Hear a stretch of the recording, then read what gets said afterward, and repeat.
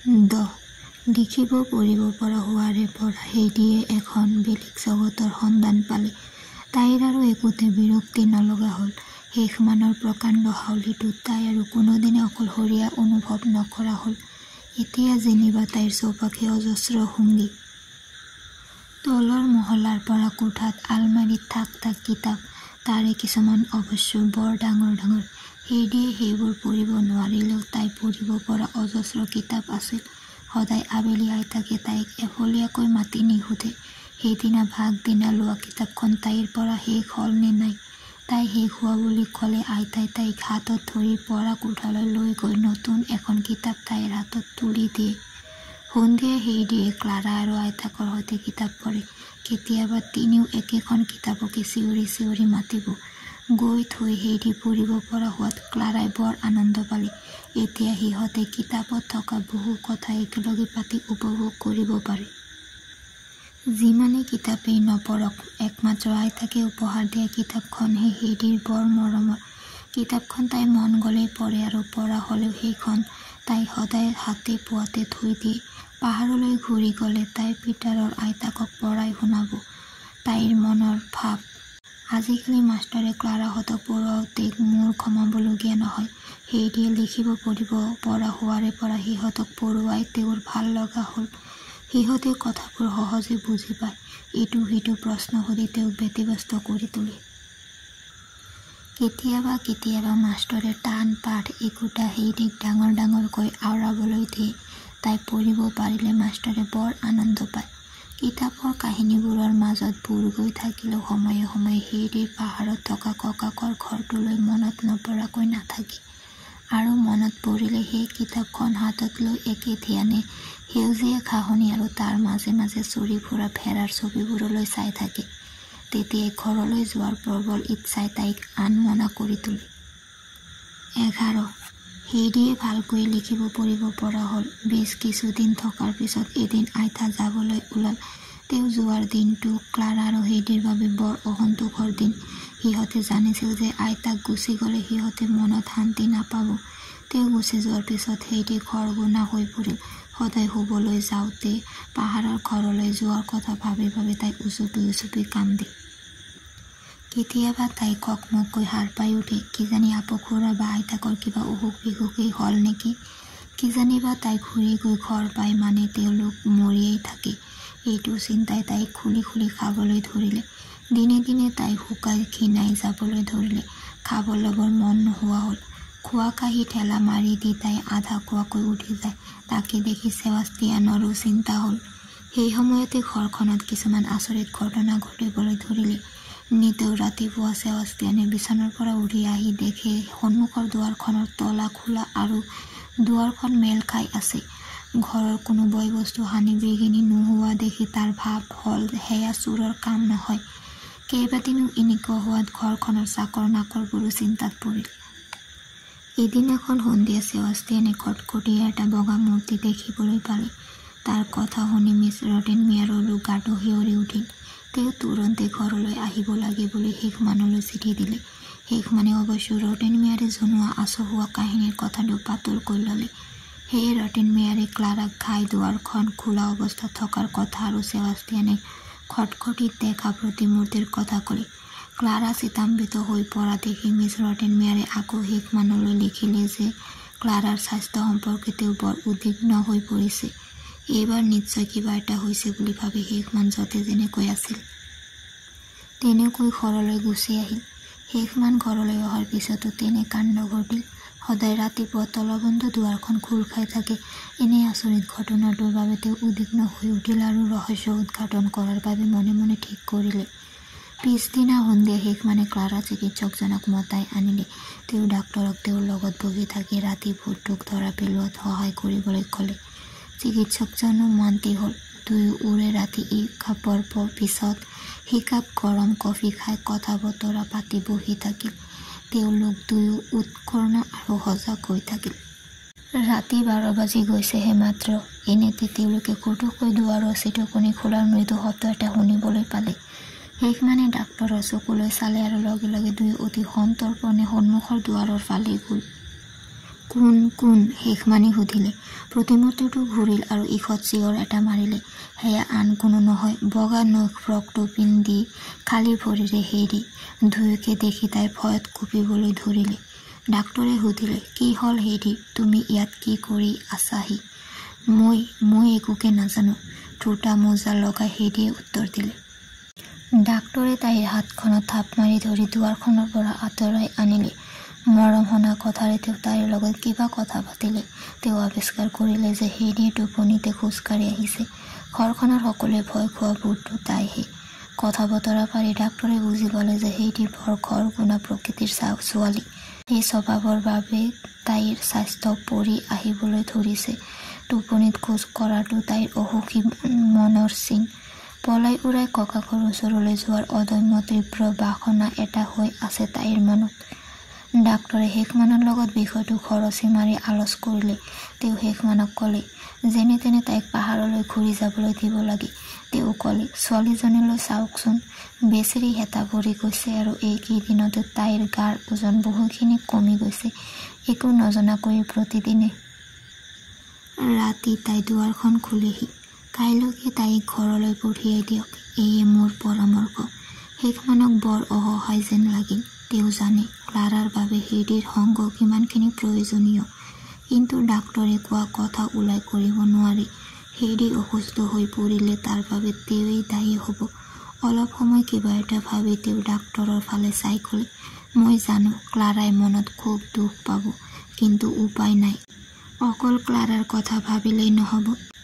মই ইমান স্বাৰ্থপৰ আৰু অবুজ হ'ব নোৱাৰো। কাইলৈ পুৱা হেৰি নিজৰ ঘৰলৈ যাব, মই আপোনাক কথা দিলোঁ।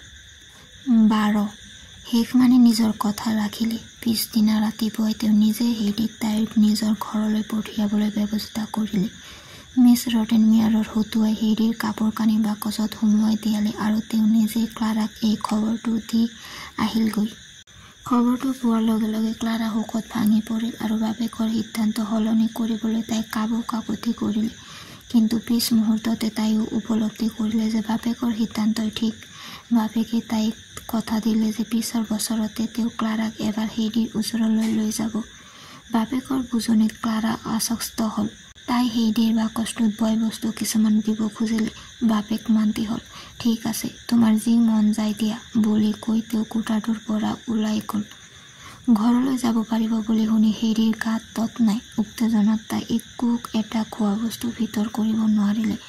তাই যেন নিজৰ কাণকে বিশ্বাস কৰিব পৰা নাই।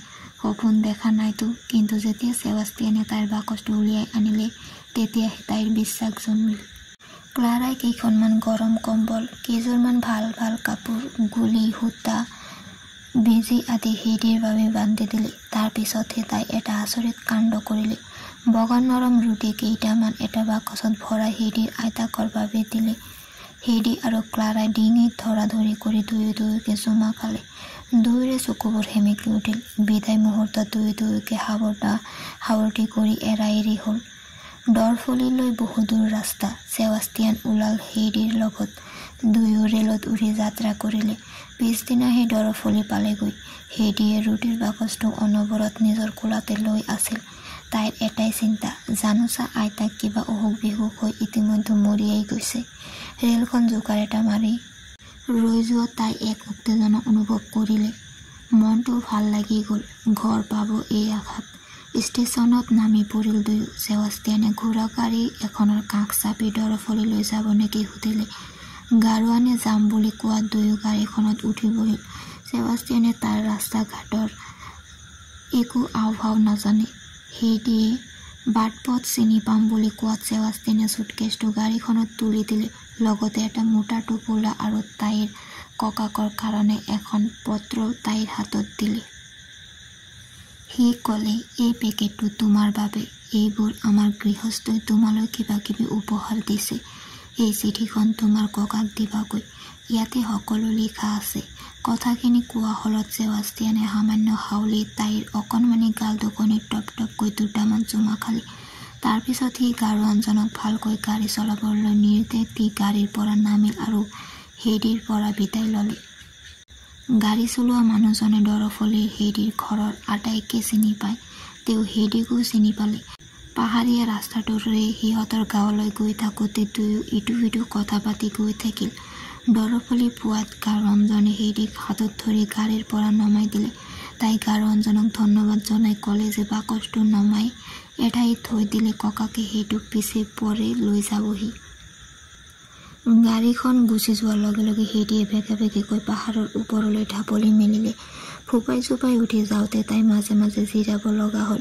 ইফালে তাই অনা টোপোলাটো বৰ গধুৰ আছিল, ৰাস্তাটো থিয়, কিন্তু তাইৰ মনত এটাই চিন্তা, আইতাকক সোনকালে লগ পালেহে তাই শান্তি পাব। অৱশেষত যেনিবা তাই জুপুৰিটো পালেগৈ। একে দৌৰে গৈ তাই দুৱাৰখনত ধৰি টান মাৰি দিলে, যদিও খুলিব নোৱাৰিলে, কিয়নো তাই কঁপি আছিল। পিছত আৰু এটা ঠেলা মাৰি ৰুদ্ৰহাকে তাই কোঠাটোৰ ভিতৰলৈ সোমাই গ'ল, কিন্তু উত্তেজনাত তাইৰ মুখেদি এটাও কথা নোলাল। চুকত বহি থকা কোনোবা এজনে হুমুনিয়াহ কাঢ়ি ক'লে, হায় ভগৱান! সেইদিও আহিছিল এনেদৰে। তাইৰ বা কি হ'ল তুমিয়েহে জানা। তাইৰ যাতে মংগল হয় প্ৰভু। মই আহিছোঁ আইতা, এয়া তোমাৰ সেইদি। একে উশাহে সেই বুলি কৈ দৌৰ মাৰি গৈ তাই বুঢ়ী মানুহজনীৰ কোলাত উঠি লৈ তেওঁ খাৱত মাৰি ধৰিলে। আনন্দৰ অতিশয্যত তাই আৰু একো ক'ব পৰা নাই। ইফালে আইতাৰো একে অৱস্থা, তেওঁ একো ক'ব পৰা নাই। আচৰিত হৈ বুঢ়ীয়ে সেইদিৰ চুলিৰ মাজত আঙুলি বুলাই থাকিল। বুঢ়ীৰ অন্ধ চকু দুটাৰ পৰা দুটোপাল চকুলো বৈ আহি সেইদিৰ মূৰত পৰিল। তই সঁচাই আহিলি নে বাছা? মই সপোন দেখা নাইতো। হে ভগৱান, তোমাক অশেষ ধন্যবাদ। বুঢ়ী যেন বিশ্বাস হোৱা নাই। সঁচা আইতা, মই আহিছোঁ। তুমি নাকান্দিবা আইতা, মই একেবাৰে আহিলোঁ আৰু কোনোদিনে নাযাওঁ তোমালোকৰ ওচৰৰ পৰা। তাইৰো দুচকুৱে দুধাৰি তপত চকুলো বৈ আহিল। তাৰপিছত সেইদি আইতাকৰ হাতৰ টোপোলাটো তুলি দিলে আৰু তাৰ ভিতৰৰ পৰা ৰুটিবোৰ উলিয়াই এটা এটাকৈ আইতাকৰ কোলাত দিলে। তাই ক'লে, আইতা, এতিয়া অন্তত কিছুদিনৰ বাবে তুমি সেই চুবাব নোৱাৰা টান ৰুটিবোৰ খাব নালাগে। এইবোৰ ৰুটি তোমাৰ বাবে মই লৈ আহিছোঁ, বৰ কোমল, তুমি খাই বৰ ভাল পাবা। বুঢ়ীৰ ফুলা মুখখনত এটি সন্তোষৰ হাঁহি খেলি গ'ল। বুঢ়ীৰ কথাবোৰ বিশ্বাসেই হোৱা নাছিল। এনেতে পিতাৰৰ মাক সোমাই আহিল। তেওঁ একেলৰে আহি সেইদিক সাৱটি ধৰি দুয়ো গালে চুমা খালে। দুয়োৰে লগত আৰু কিছু সময় কথা পাতি সেইদিয়ে বিদায় ল'লে আৰু পাহাৰীয়া থিয় ৰাস্তাটোৱেদি ককাকৰ ঘৰলৈ বেগা বেগিকৈ খোজ দিলে। বতৰটো ঠাণ্ডা আছিল। থিয় ৰাস্তাটোৱেদি দৌৰি দৌৰি গৈ থাকোঁতে তাইৰ চাৰিওফালৰ বস্তুবোৰ আগতে দেখাতকৈও ধুনীয়া লাগিল। পাহাৰখনৰ চূড়াটো বৰফে ঢাকি থৈছিল। তলৰ উপত্যকাটোৰ সমভূমিখন ৰঙা আৰু স্বৰ্ণাভ হৈ পৰিছিল। আকাশৰ অতত ৰংচোৱা মেঘ। এনে মনোমোহা পৰিৱেশ দেখি সেইদি অভিভূত হৈ পৰিল। মুকলি বতাহৰ গোন্ধ তাইৰ নাকত লাগিল। প্ৰকৃতিৰ এনে বিনন্দীয় ৰূপ দেখি তাইৰ দুগালেদি আনন্দাশ্ৰু আহিল। অলপ পিছতে গছৰ আগবোৰ, তাৰপিছত ককাকৰ ঘৰৰ চালখন, তাৰপিছত গোটেই বজাৰটো তাইৰ চকুত পৰিল। একেবাৰে শেষত তাইৰ ককাক। তেওঁ বাহিৰৰ বেঞ্চখনতে হুকা টানি টানি বহি আছিল, সদায়ে থকাৰ দৰে। সেইদি একে দৌৰে তেওঁৰ ওচৰ পালেগৈ। তাই দুয়ো হাতেদি ককাকৰ ডিঙিটোতে সাৱট মাৰি ধৰিলেগৈ। প্ৰথমবাৰৰ কাৰণে বুঢ়াৰ চকুহাল সেমেকি উঠিল। আনন্দত তেওঁৰ চকুৰে পানী বৈ আহিল। সেইদিক নোপোৱাই পোৱা দি তেওঁ আঁঠুতে বহাই লৈ মূৰৰ পৰা ভৰিলৈকে নিৰীখি চাবলৈ ধৰিলে। বাছা, তই ঘূৰি আহিলি। সিহঁতে বাৰু তোক আহিবলৈ দিলেনে? একে উশাহে সেইদিয়ে ককাকৰ আগত সমস্ত কথা বিৱৰি ক'লে। ক্লাৰাৰ লগত তাইৰ বন্ধুত্বৰ কথা, সিহঁতে তাইক কিমান মৰম কৰিছিল, তাৰ পিছত ঘৰলৈ মনত পৰি পৰি তাইৰ কি অৱস্থা হৈছিল আৰু সেইকাৰণে ডাক্তৰে দিয়া উপদেশ আদিৰ কথা ককাকক ক'লে। কথাবোৰ শেষ কৰি তাই লৰ মাৰি গৈ শেষ মানি দিয়া চিঠিখন আৰু পেকেটটো লৈ আহিল। আপুখুৰা একে উশাহে চিঠিখন পঢ়ি উঠি মাত ভুল নকৰাকৈ চোলাৰ জেপত ভৰাই থলে। তেওঁ সেইদিক ক'লে, পেকেটটোত তোৰ বাবে তেওঁলোকে টকা দি পঠিয়াইছে, লাগো বুলিলে যাতে তই খৰচ কৰিব পাৰ। তাৰপিছত ককা আৰু নাতিনী লগ লাগি ডাঙৰ মগেৰে একুমক গাখীৰ আৰু মাখন লগোৱা ৰুটি খালে। বহুদিনৰ পিছত আজি সেইদিৰ পেটটোৱে ভোকত কলমলাইছিল।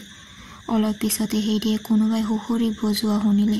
তাই দৌৰ মাৰি বাহিৰলৈ গৈ দেখি পিতাৰ ছাগলীবোৰ লৈ পাহাৰীয়া ৰাস্তাটোৰে নামি আহিব লাগিছে। ঘৰটোৰ ওচৰ পাই তাইক দেখি সি চক খাই গ'ল আৰু আচৰিত হৈ তাইৰ ফালে চাই থাকিল। সি এবাৰ নিজৰ চকুকেইটা মোহাৰি ল'লে। অলপ পৰ তেনেকৈ তথা লাগি থকাৰ পিছত সি প্ৰকৃতস্থ হ'ল। দৌৰ মাৰি গৈ সি সেইদিৰ লগত কৰমৰ্দন কৰিলে। তাই ঘূৰি অহাৰ বাবে সি যেন আটাইতকৈ সুখী হৈছে এনে লাগিল তাৰ। দুয়ো বেছ কিছু সময় কথা পাতি থাকোঁতে বেলি পাটিত বহিল। তাৰ পৰা বিদায় লৈ ঘৰৰ ভিতৰ সোমাই হিডিয়ে দেখি ককাকে তাইৰ বাবে বিচনাখন পাৰি দিছে। পৰিষ্কাৰ বিচনা চাদৰখনৰ পৰা মলমলীয়া গোন্ধ এটা তাইৰ নাকত লাগিলহি। তাইৰ মন প্ৰাণ ভৰি পৰিল। তাই বিচনাখনত বাগৰ দিলেগৈ।